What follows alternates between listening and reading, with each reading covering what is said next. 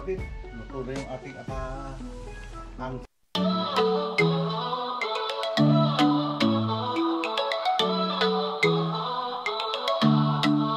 si Tatay Pandong sa daan naglalakad, bitbit ang kwento, dala ang sining at aral. Sa bawat hakbang may kwento't alaala, Amerika't bayan pinagsama sa tala. Tatay Pandong, ating samahan sa kwentuhan, tawan, walang hangganan. Sa hirap at ginhawa, masarap kasama Tatay Pandong. Ikaw ang inspirasyon ng masa.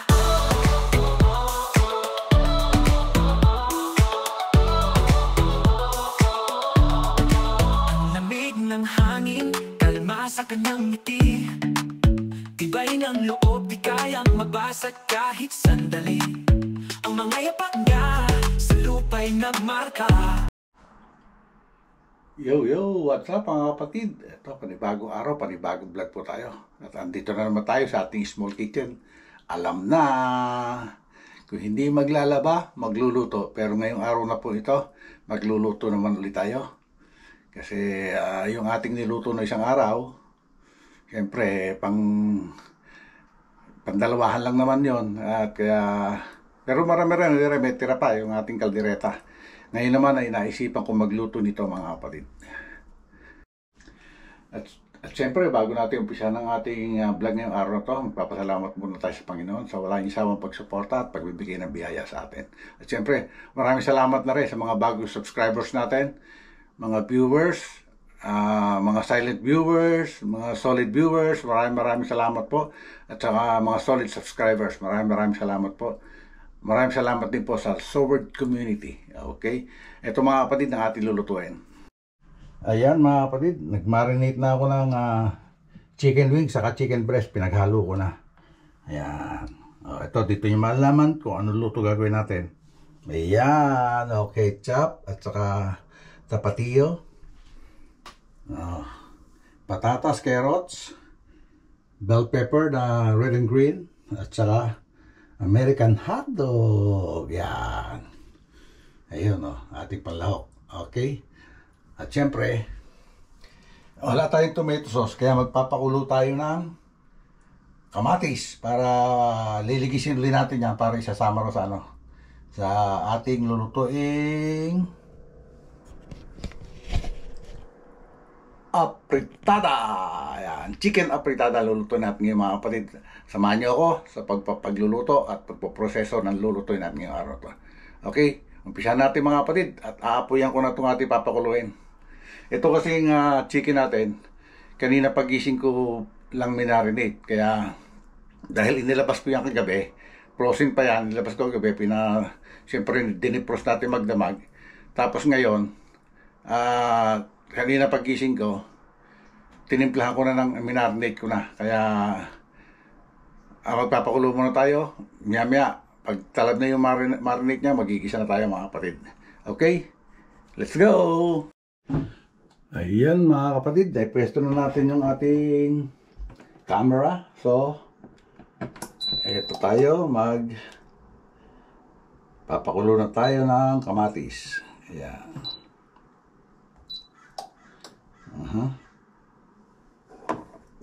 Tayo muna natin maluto yan, maligis para mailagay muna natin sa marinate. At siyempre, habang pinapakulo natin yung mga kapatid, maglalagay na ako ng ketchup at tapatio rin sa ating marinate. Sa minarinate natin. Okay?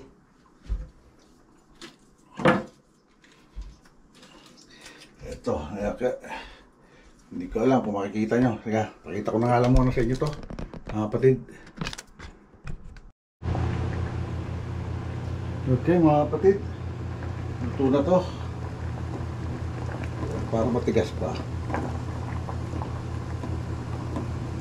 Tunduin lang natin para maluto yung loob. Talaga kamatis pagka dito sa Amerika. Hindi ka to sa Pilipinas, saglit lang, madaling maluto.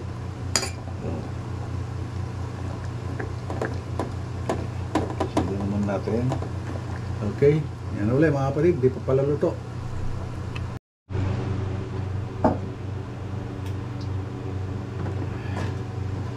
Siyempre, mantika. I-prito tayo ng ano kasi. Uy, konti mantika natin ah.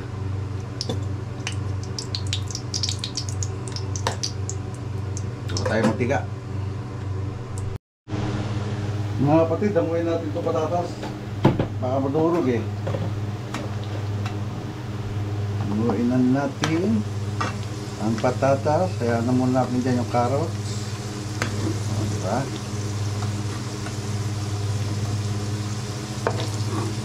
Luto-luto na yung ating patatas. Kaya hanguin na natin. Yun. Okay. Diba?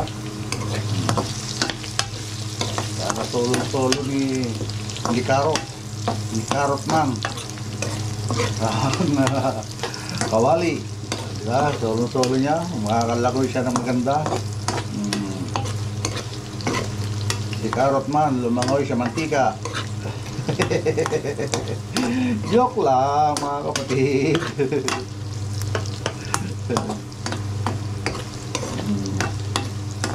Yan ah. Okay. Okay mga kapatid, sinet aside ko muna yung carrot natin para maluto rin siya. Yan. At isusunod na natin itong ating American hotdog. Yan. Yun o. Diba?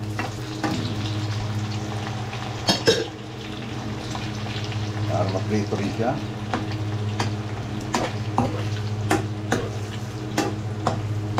Konting prito lang to.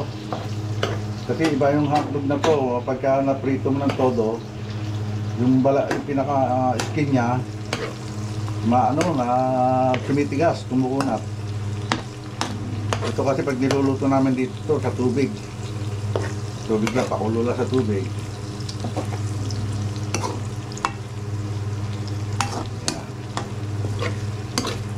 Diba?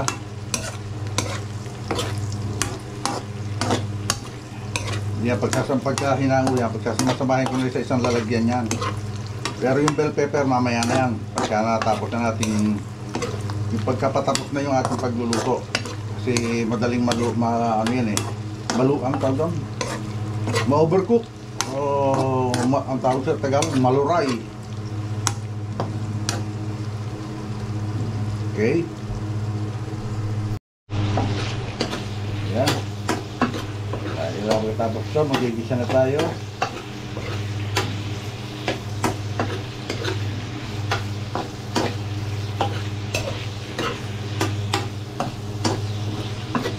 Yan.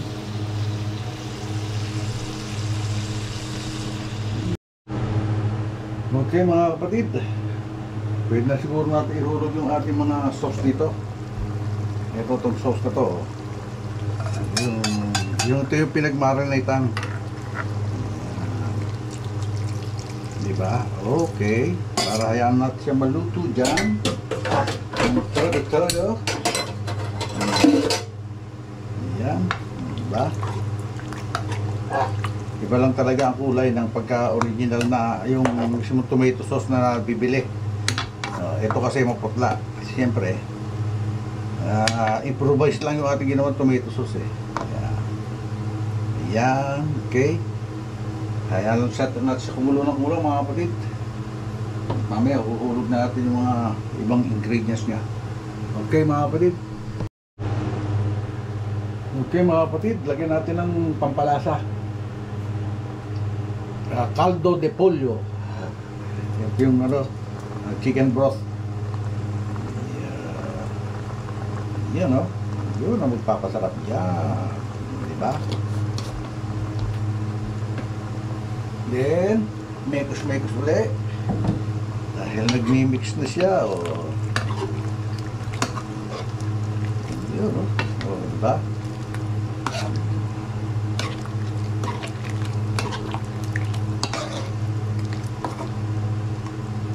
Okay.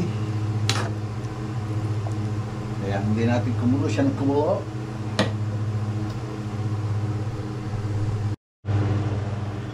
Uy, malolobat na pala tayo mga kapatid.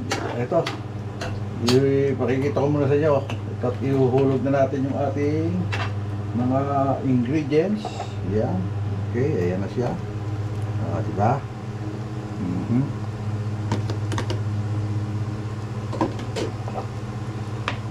Siyempre, sama na rin natin to.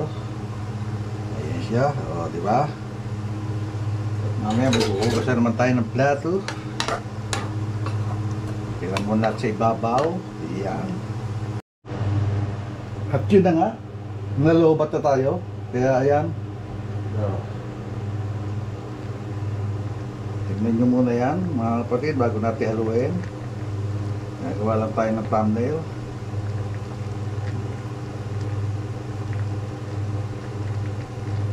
Ayan.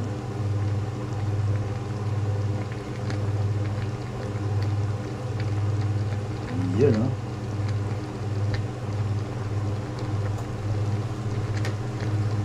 Okay, haluin na natin mga kapatid. Ayan. Ayan, ganda tingnan. Yan ang ating chicken apritada.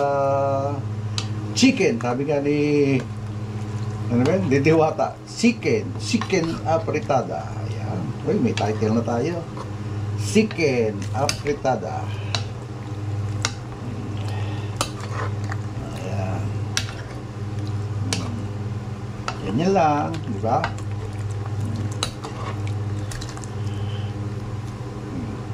Kaya lang, parang putla ang ating chicken apritada. Siguro dagdagan natin konting ketchup mga kapatid. Wala ako ketchup, ha? Okay, lagyan natin itong si Jopran banana sauce. Okay, shout out Jopran. Pequeño man. Para magkakulay lang siya na medyo maganda-ganda kulay.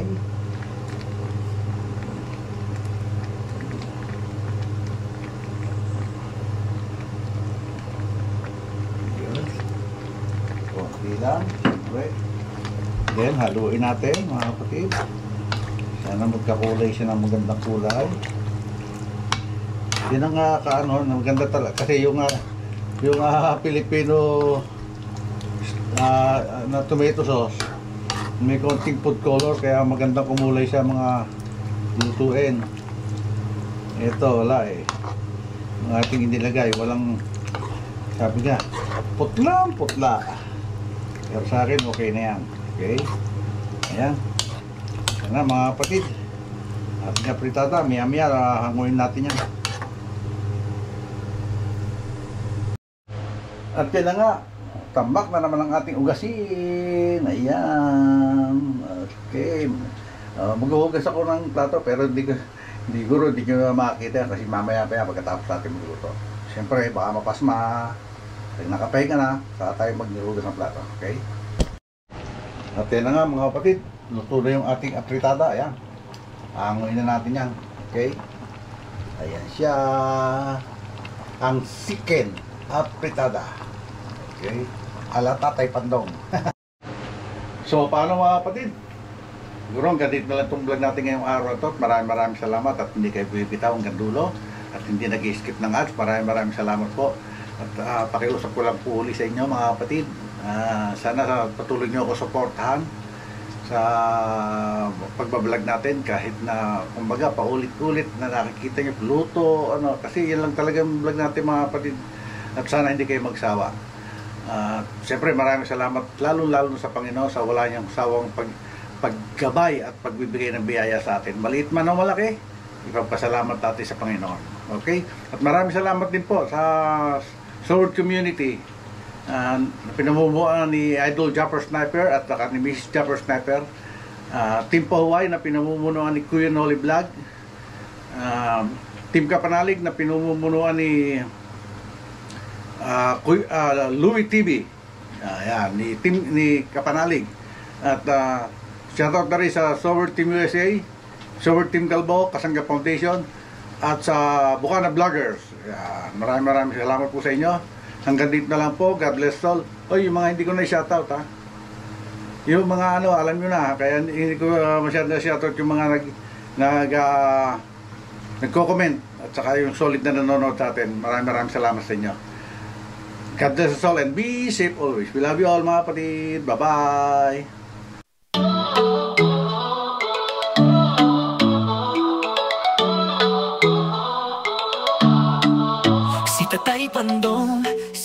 habang naglalakad.